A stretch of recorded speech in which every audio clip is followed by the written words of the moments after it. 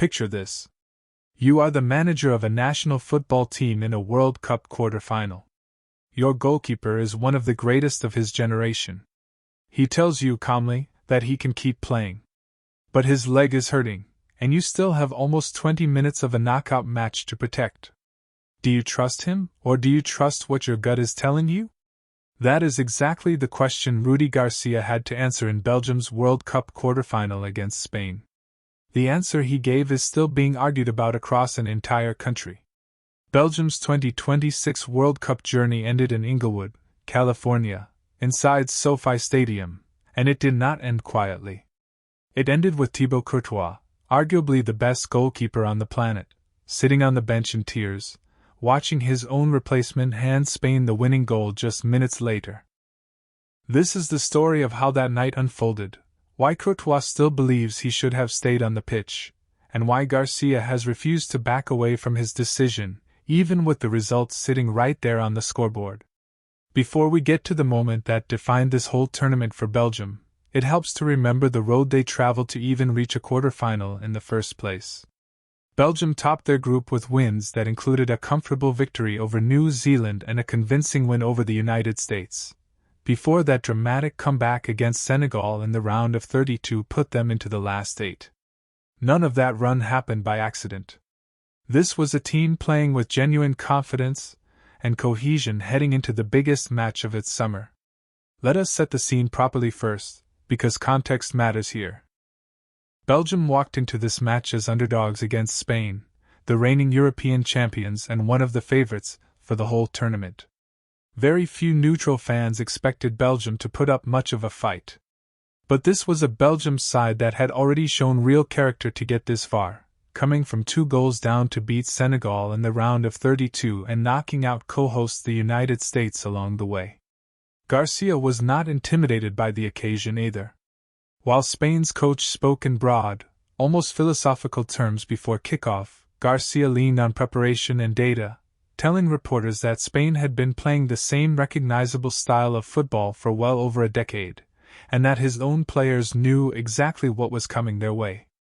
Then, before a single ball was even kicked, Belgium took their first hit of the night. Midfielder Yuri Tielemans, who had barely left the pitch all tournament and had scored twice in that dramatic Senegal comeback, picked up a knock during the warm-up and had to be withdrawn from the starting lineup. Hans van Aken came in to replace him. It was not the start Belgium wanted at all, but far worse news was still to come, and nobody in that stadium could have guessed how the night would eventually end.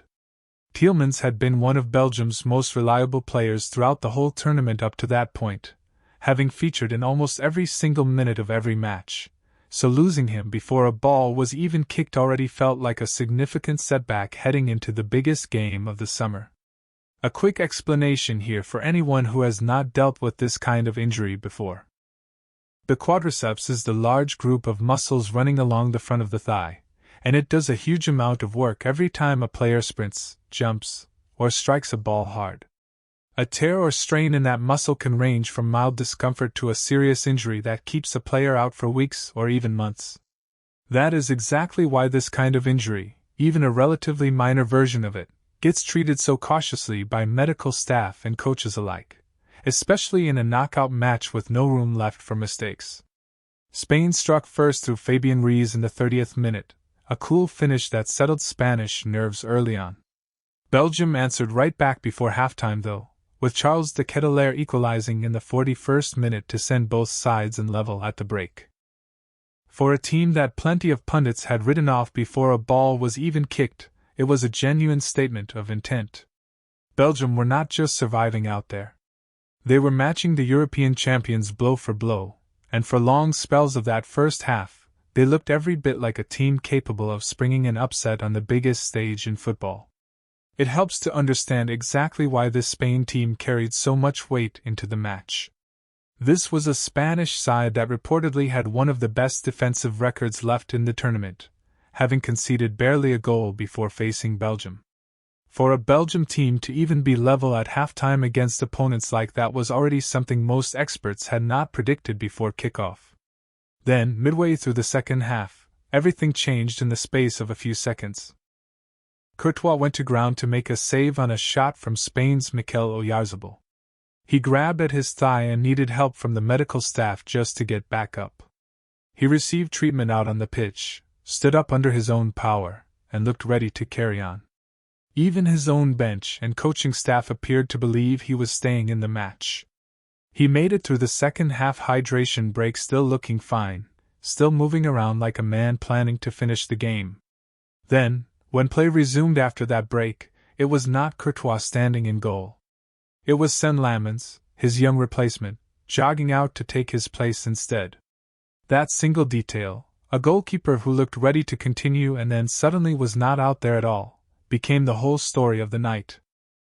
Courtois walked off the field in tears after injuring his quadriceps, the large muscle at the front of the thigh, embraced by Garcia as he left the pitch with the score locked at 1 goal apiece. By every account from people who were actually inside that stadium, this was not a player who felt relieved to be pulled to safety. This was a player who clearly did not want to leave. What happened next made the whole situation so much harder to take.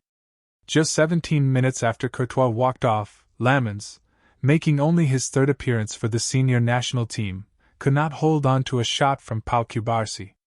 The loose rebound fell straight into the path of Mikel Merino, who calmly slotted it home to make the score 2-1. Courtois, still sitting in his kit on the bench, had a front-row seat for the exact goal that ended his country's World Cup dream. It is also worth noting that Merino had something of a habit of doing exactly this. He reportedly came off the bench earlier in the tournament and scored the winning goal in another knockout match too, which only added to the sense among Spanish fans that fortune seemed to be smiling on their substitutes at exactly the right moments this summer. Take a moment to think about the scale of that moment. A World Cup quarterfinal, decided in the end by a goalkeeper with only 3 international caps to his name, because the man with well over 100 caps had just been told to sit down and watch. Courtois was playing in his 21st World Cup match that night, the second most ever recorded for a goalkeeper, behind only Germany's Manuel Neuer, and this may well turn out to be his final appearance for Belgium at this level. He had made 4 saves from 5 shots faced that night before he ever went down injured. This was not a struggling goalkeeper being rescued from a bad performance. This was a goalkeeper playing well, a goalkeeper who believed he could keep playing well, being overruled by his own head coach in the biggest moment of the tournament. Here is where the story becomes genuinely interesting, because Courtois did not storm off in silence and refuse every question afterward. He stood in front of the media following the biggest heartbreak of his international career and explained, calmly and clearly, exactly what had happened out there on that touchline. Buried inside that calm, measured explanation is a goalkeeper who clearly did not agree with the decision that was made on his behalf. Courtois explained that he had taken a goal kick and felt a sharp pain in his quadriceps. He told the coaching staff that long kicks specifically were the problem, but that he had no issue at all with staying in goal for everything else. In his own words, the manager decided to take him off, and he called that no problem, because the team comes above everything. Notice the careful phrasing there. He never once said he could not continue playing. He said the decision came from somebody else entirely. That is a very specific and deliberate line for a professional player to draw in public, and he repeated almost that exact same account in more than one separate interview afterward, which tells you it was not just an emotional slip in the heat of the moment. It was the version of events he wanted people to remember. There was another detail that stirred things up even more back home in Belgium. Courtois reportedly said after the match that he wanted a break from international duty, though his own comments suggested this was really about stepping away from less important fixtures, like the Nations League, rather than walking out on the team completely, and that any such plan would need agreement from the Belgian Football Federation first. Garcia responded publicly that Courtois had not discussed any such plan with him, with the Federation, or with his teammates beforehand. Whatever shape that plan eventually takes, the timing alone tells you something important. A 34-year-old goalkeeper with well over 100 caps to his name was already talking about stepping back before the dust of this tournament had even settled. This also is not the first time Courtois has clashed with a Belgium coach over how he has been treated. Long before Garcia ever arrived in the job, Courtois had walked out on the national team entirely. Back in 2023, a serious breakdown in his relationship with then-head coach Domenico Tedesco, sparked by a disagreement over the captaincy, led Courtois to leave a squad camp before a European Championship qualifier away in Estonia. He then stayed away from the national team for close to 2 years. Tedesco was eventually sacked, and Garcia, taking over the role in early 2025, worked hard to bring his best goalkeeper back into the fold. It worked in the end, but it also came at a real cost inside the squad. Fellow goalkeeper Koen Casteels, who had stepped in as Belgium's #1 goalkeeper during Courtois' long absence, quit the national team altogether in protest. Casteels felt it was unfair that Courtois could simply walk straight back in and reclaim the starting position after everything that had happened between him and the previous coach, and he said publicly that the whole situation did not sit right with his own values around what a team sport should look like. So this is a goalkeeper with a genuine track record of drawing hard lines when he feels something is not right, and that history is exactly why his measured but pointed comments after the Spain defeat landed so differently than they might have from almost any other player. For anyone newer to football wondering why one substitution caused this much conversation, it helps to remember just how different the goalkeeper position really is from every other position on the pitch. A team can rotate strikers or midfielders across a tournament without much disruption. But a goalkeeper builds trust with his defenders over years, sometimes over an entire career, and swapping him out mid-match, especially in a knockout game against elite opposition, is one of the riskiest calls any coach can make. That is exactly why this single decision has dominated conversation in Belgium ever since the final whistle blew. Now let us properly hear Garcia's side of things too, because he did not dodge the question either. He stood in that same press room and defended his decision in full, without flinching. Garcia explained that in high-level sport, players need to be fully fit and fully focused to perform at these types of games, and that from the very beginning of the tournament he never wanted to risk fielding a player who was not 100%, even a player as gifted as Courtois.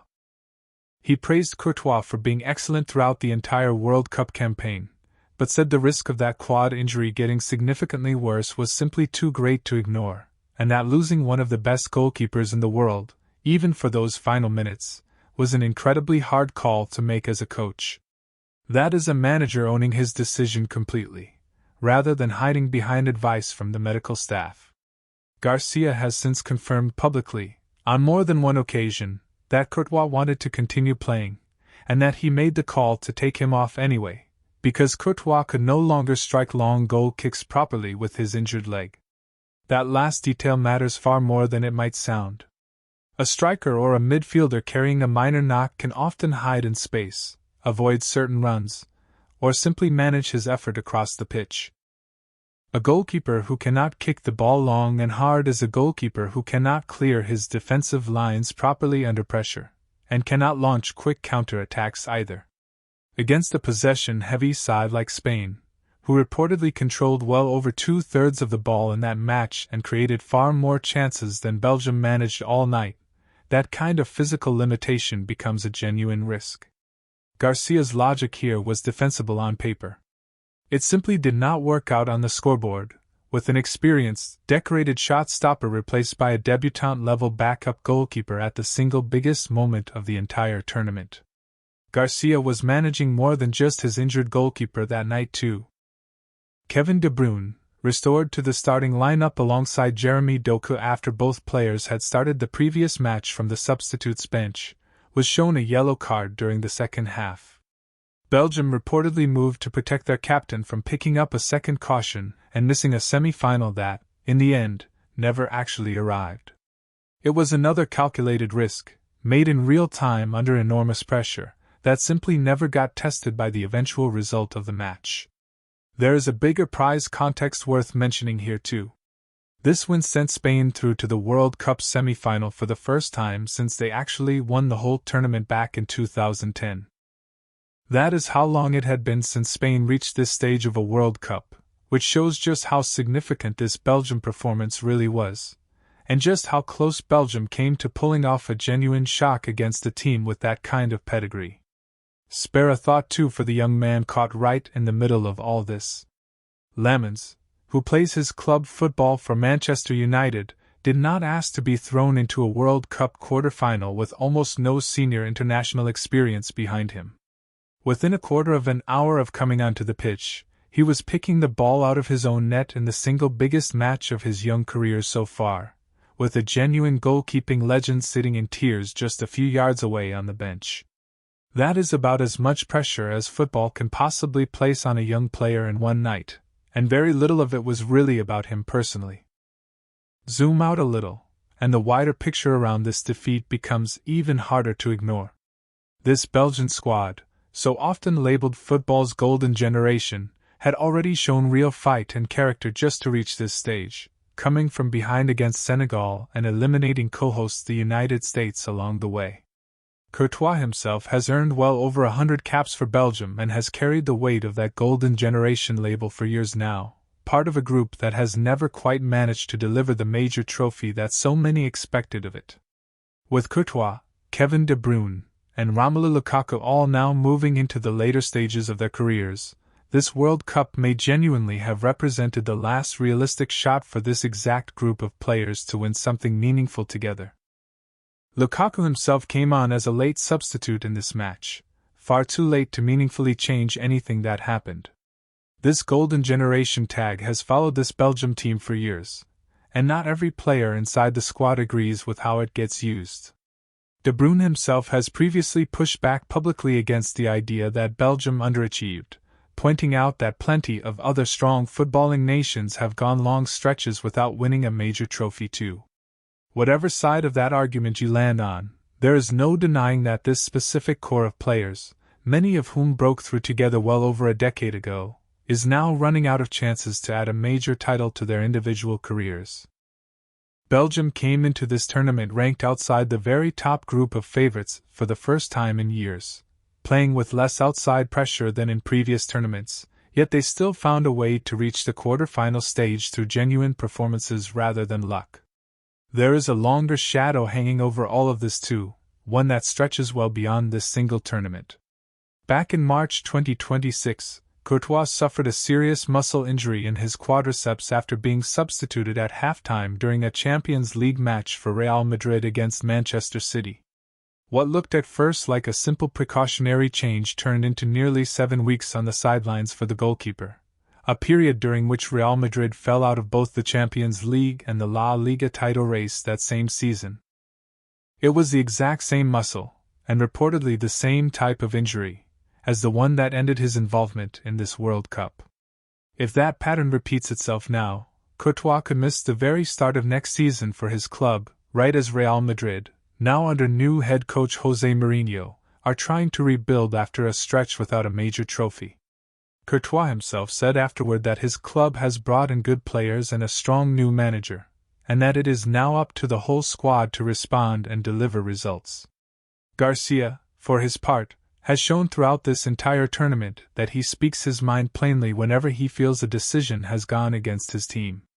Earlier in the competition, he took a direct jab at FIFA over its choice to overturn a suspension handed to Fuller and Balogun, dismissing the ruling simply as an April Fool's joke.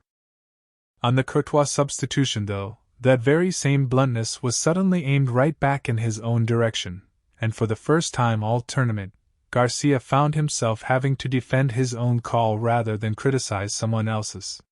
So where does all of this leave Belgium's golden generation as a whole? This World Cup may well have been the last realistic chance for Courtois and his longtime teammates to win something significant together as a group. And it did not end with a missed penalty kick or a single moment of individual brilliance from the other side of the pitch. It ended with a coaching decision that a legendary goalkeeper, without ever once raising his voice or calling the decision wrong in public, made unmistakably clear he simply did not agree with. He believed, in his own mind, that he could finish that match. Somebody else made the final call that he would never get the chance to try. Whether Belgium continues forward under Garcia, whether Courtois actually does step back from international football for a period of time, And whether this ends up being remembered as his final World Cup appearance in a Belgium shirt, none of that is settled yet. Those questions will likely take weeks, maybe even months, to properly play out, and much of the answer may depend on conversations that happen quietly between Courtois, Garcia, and the Belgian Federation long after the cameras have stopped rolling. What is settled, for now at least, is the image that will follow this tournament exit around for years to come. A goalkeeper in tears on the bench, watching a young teammate concede the exact kind of rebound that he himself had saved 1,000 times over the course of his career, knowing all the while that he never asked to leave that pitch in the first place. Football fans in Belgium and well beyond will be debating this single substitution for a long time, not because anyone doubts Garcia's intentions, but because nobody can ever truly know what would have happened had Courtois been allowed to finish the job himself.